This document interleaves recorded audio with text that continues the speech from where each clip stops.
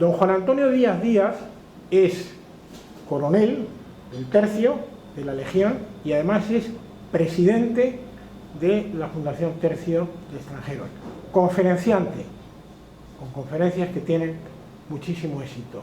Y muy recientemente nos gratificaba con una conferencia que se titula ¿Por qué no entró Abdelkrim en Melilla?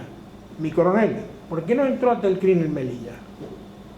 Abdelkrim, que había estudiado leyes en Fez, era un hombre culto, conocedor de la historia de Melilla, había estado trabajando en Melilla, precisamente con el entonces coronel Gabriel de Morales, y conocía y distinguía perfectamente cuál era la realidad de Ceuta y Melilla como ciudades de soberanía española y el Rif, que fue zona de protección, de protectorado de España. Entonces, él no entró en Melilla porque a él le interesaba el Rif. Aquellos 25.000 kilómetros cuadrados que correspondieron en el protectorado a España, una extensión poco mayor que la provincia de Badajoz, era su tierra, pero no consideraba así a Melilla. Melilla era soberanía española y además venía del Tratado de Límites del 24 de agosto de 1859, aunque no se materializó los disparos, no se materializaron los 2 disparos que se hicieron con el cañón a 22 pulgadas, como de los de antes conocidos, que era el Caminante. Hicieron 2 disparos y ahí se marcó la expansión de Melilla necesaria para poder vivir allí en condiciones. Y eso fue una entrega del sultán de Marruecos a España, pues a cambio de la devolución. En aquel momento casualmente se produjo la guerra en la parte, bueno, Castillejos, Tetuán, el general Prim en la batalla de Castillejos, ¿no? Se ocupó Tetuán y el compromiso fue devolver Tetuán al sultán de Marruecos a cambio de una expansión, una entrega de terreno que es lo que permite que haya alcanzado Melilla 12,3 kilómetros cuadrados. En su origen eran 0,3 kilómetros cuadrados, pero aquello lo vivió Abdelkrim. Estamos hablando de los primeros años del siglo XX, cuando estuvo allí viviendo Abdelkrim. Abdelkrim se va en 1919, se va a la cabila suya de Beni Urriaguel, donde su padre ya estaba organizando las jarcas para combatir a los españoles. Entonces, Abdelkrim quería el Rif, no Melilla.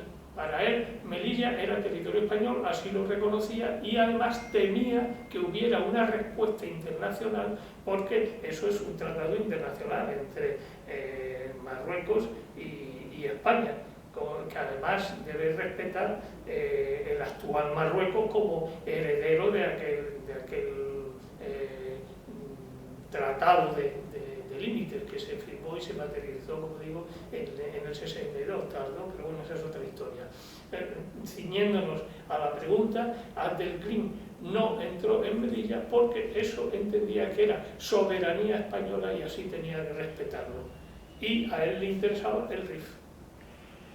Retrocedemos en el tiempo. Yo creo que en la historia a veces cometemos un error, es ver la historia como si fuese una realidad que corresponde con la que nosotros vivimos, en el momento en el que estamos viviendo. ¿Cómo era todo ese territorio cuando sucedieron estos hechos, en 1920? Era un territorio muy abandonado, ¿no? Bueno, lo que realmente estaba abandonado, digamos que era el ejército español, ¿no? El territorio era un territorio muy difícil, era un territorio de difíciles comunicaciones, escasísimas comunicaciones. Entonces la osadía de Silvestre, cuando empezó a avanzar posiciones, además la táctica que se estudiaba en aquel entonces era de ocupación de alturas, sin tener en cuenta que esas alturas esas posiciones había que mantenerlas, un suministro de munición, agua, comida, evacuaciones, etcétera, y relevos y demás. Entonces, eso permitió que las jarcas pudieran atacar fácilmente esa zona. Ellos eran mucho más austeros. Y los españoles, las unidades militares estaban realmente muy desatendidas por los gobiernos de aquel entonces, que además, si miramos echando vista atrás, como dices, el comienzo fue caótico. En los primeros años del siglo XX se cambiaba de presidente o se asesinaba a un presidente con una facilidad pasmosa, ¿no? Aquella convulsa sociedad española se reflejó también en la falta de apoyo a las unidades militares, que además, por otro lado, tenían que sostenerse con tropas de recluta obligatoria, y aquello era desmembrar la sociedad española. Cogían a soldados que acababan de terminar la mili, pero también llegaron a reemplazos que llevaban 5 años licenciados. Aquello no era un ejército para combatir a unos guerreros auténticos como eran los marroquíes, bueno, los rifeños, para ser exactos. En puridad eran rifeños. Ellos nunca se sintieron marroquíes.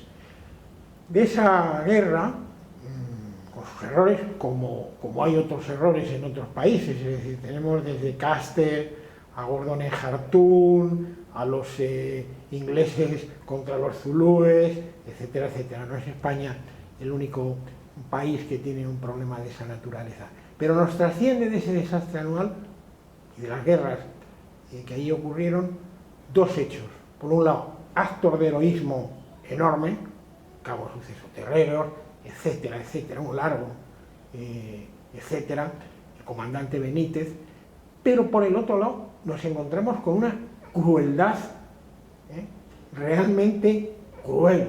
Es decir, se saca bandera blanca en Monte Arruy y se asesina a la tropa, se dejan los cadáveres, se cortan los cuellos, etcétera, etcétera. ¿Cómo se entiende semejante acto de crueldad?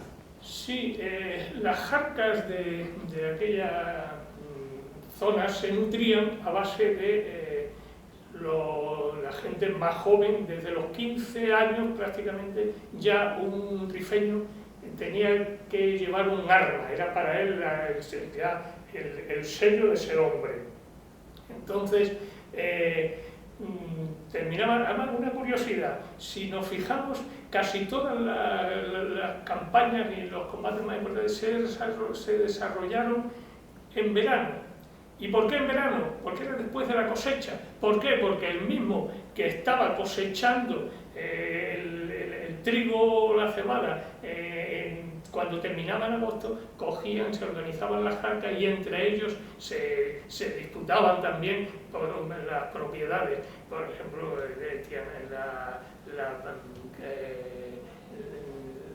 la Kabila de Beni-Urriaguel con Tensiamén, que estaba al lado, en fin, entre ellos tenía muchos conflictos. Entonces, cuando los españoles trataron de quitarle sus propiedades, pese a que era supuestamente una cesión del sultán de Marruecos, que daba lo que no era suyo, el sentido de propiedad de esta gente era muy fuerte, porque era una economía de supervivencia, era su entorno vital. Ellos tenían, para poder pastorear sus 4 borregos que tenían por allí y tal, un terreno que cogían el que necesitaban y no más, y se respetaban unos a otros. Llegaron los españoles allí porque nos había dicho el sultán de Marruecos, se les despojó de lo que era su medio día. Entonces odiaban a los españoles, y los españoles hicieron lo que les decía el sultán de Marruecos, que entre otras cosas prometió mandar dinero y solo mandó 1/3, unas 30.000 duros de lo que había prometido. Aquella gente, nosotros les despojamos de lo que era su medio de vida, y de ahí que tenían tanto odio a los españoles.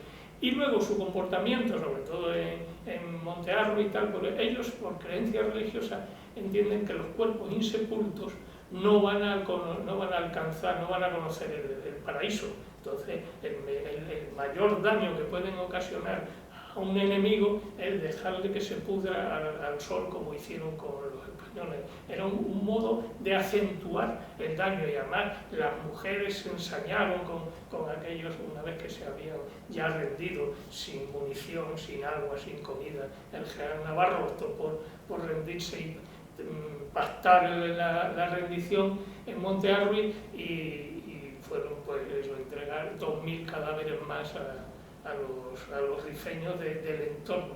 No era de Beniurriague, eran de la parte de Nador, el entorno que... Pues muchas gracias, coronel don Juan Antonio Díaz Díaz y abogado, por ilustrarnos con esta conferencia y explicárnosla. Muchas gracias. Muchas gracias por este interés que han demostrado, y espero que sea útil lo que acabo de decir. Muchas gracias.